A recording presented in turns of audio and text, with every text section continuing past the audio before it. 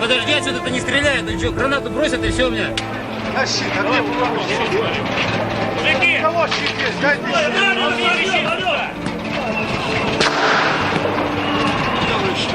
Дайте щит. Помочь, я раненый. Заберем. Кого? Граната.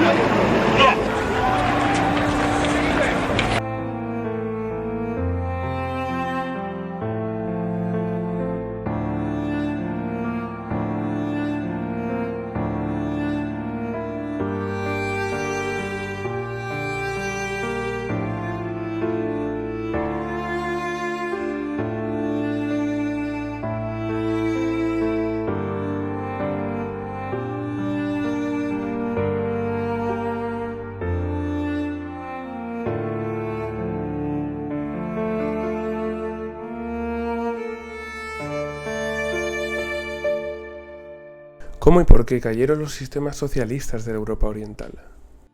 El escenario de vital importancia que hay que analizar a la hora de entender la caída de la Yugoslavia socialista es la desintegración del bloque del Este, ¿no? Como comentamos, durante la Guerra Fría se dio un status quo en el que las dos superpotencias, Estados Unidos y la Unión Soviética, mantuvieron una hegemonía sobre dos bloques bastante diferenciados y en los cuales las injerencias eran, digamos, tibias y en muchos casos infructuosas. Y básicamente donde se daba el conflicto caliente era en terceros escenarios como podía ser América, África o Asia. Sin embargo, en Europa sí que existía una manifestación, digamos, de ese conflicto. En el caso del bloque del Este, en las disidencias anticomunistas de cada territorio, ¿no? Básicamente, pues, la caída de la Unión Soviética es la historia de estas disidencias, sumada pues, a la debilidad política y económica de la URSS en los 80, ¿no? A medida que esa debilidad política y económica se va haciendo más fuerte, tiene como culmen la perestroika de Gorbachev, la capacidad del bloque occidental para actuar sobre esas disidencias y para convertirlas pues, en los gérmenes de la destrucción de las estructuras socialistas va haciendo cada vez más grande, tiene más capacidad y esas disidencias se van haciendo cada vez más notorias, los escenarios políticos de cada país, de cada región. Era un momento de gran desconcierto.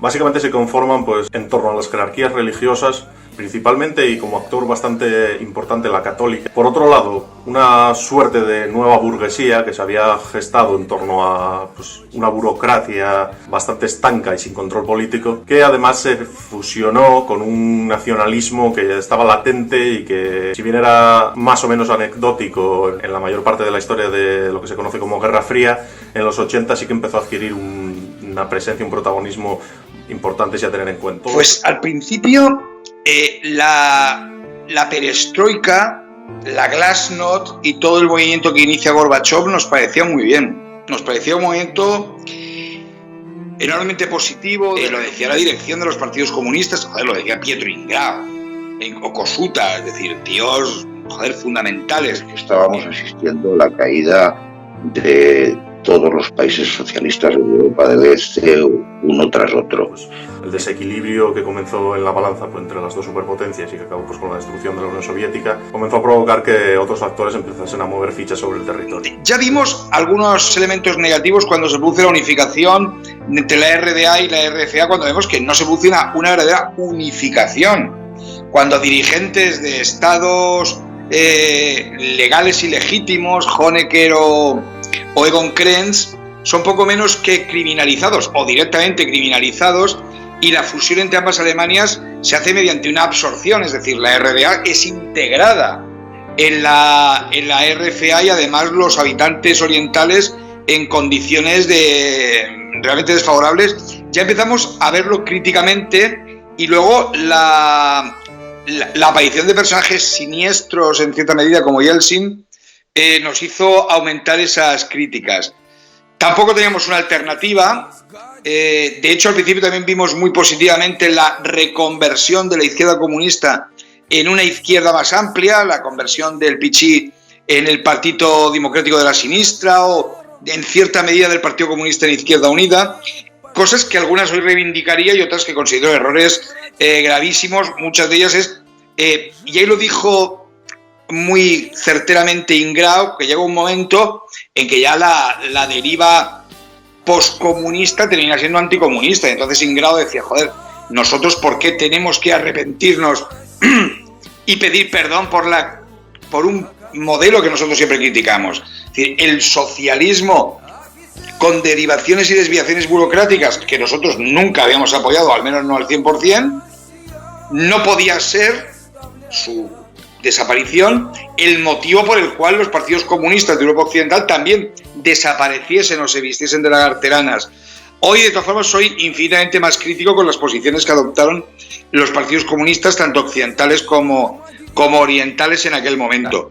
Y de hecho, de ese cuádruple suicidio de países socialistas, incluido la URSS, que era el más importante, pues se deriva, primero, que no se ha recuperado en absoluto la izquierda comunista a nivel global, ni ha vuelto a haber sociedades socialistas en Europa Oriental, ni en África, y como diría en términos de Gustavo Bueno, pues la quinta generación de las izquierdas políticamente definidas, la comunista, pues está en coma profundo, prácticamente está muerta, no es posible reconstruirla, es decir, yo creo que incluso sería un error reconstruir la izquierda comunista tal y como se entendió en el siglo XX, porque más allá de reivindicaciones históricas de cosas que funcionaron bien, aquello a la larga, entre otras cosas por el derecho de autodeterminación, demostró su más estrepitoso fracaso, y la izquierda asiática o maoísta de China, etcétera, pues ha demostrado mucho mayor vigor, entre otras cosas porque sus modelos de estados no son federales, son unitarios, son centralistas,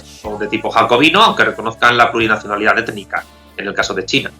Pero es étnica, no política. Y ni Mongolia Interior, ni Xinjiang, ni Manchuria, ni Tíbet, ni Hong Kong tienen derecho de veto en la Asamblea Popular Nacional China, ni tampoco tienen derecho de autodeterminación.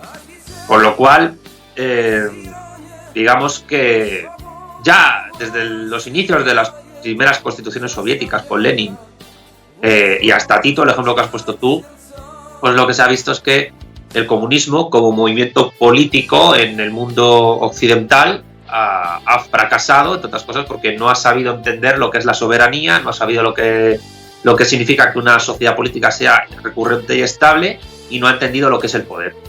Y de eso se han aprovechado enemigos internos y externos, y como hay algunos que todavía no se enteran, pues así nos va. De todas formas, yo creo que habría que buscar la raíz de estos problemas en los propios problemas previos que tenían estos partidos comunistas. Vamos a ver, yo nunca he sido muy partidario del partido Estado. Vamos, ni yo ni Stalin, por cierto.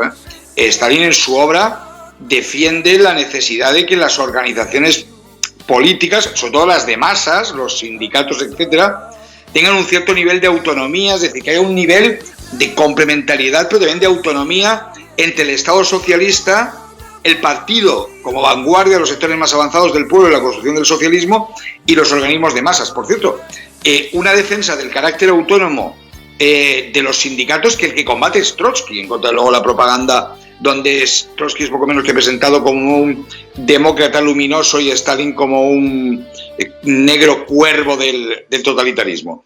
Entonces yo creo que el partido-estado como tal no es absolutamente adecuado, porque hay algunas dinámicas sociales que excluye. Otra cosa es el partido como vanguardia de ese Estado. Pero sí que es cierto que yo matizaría mucho estas mismas palabras que yo estoy diciendo, lo que diríamos en los 80, 90, porque sí, pensábamos que el gran problema que tenía el socialismo realmente existente era su burocratización. Si se desburocratizaba, aparecería ante nosotros un socialismo que en términos económicos sería igualitario y además en términos políticos sería democrático, y realmente lo que pasó no es eso, sino que se inició el proceso de descomposición del Estado socialista.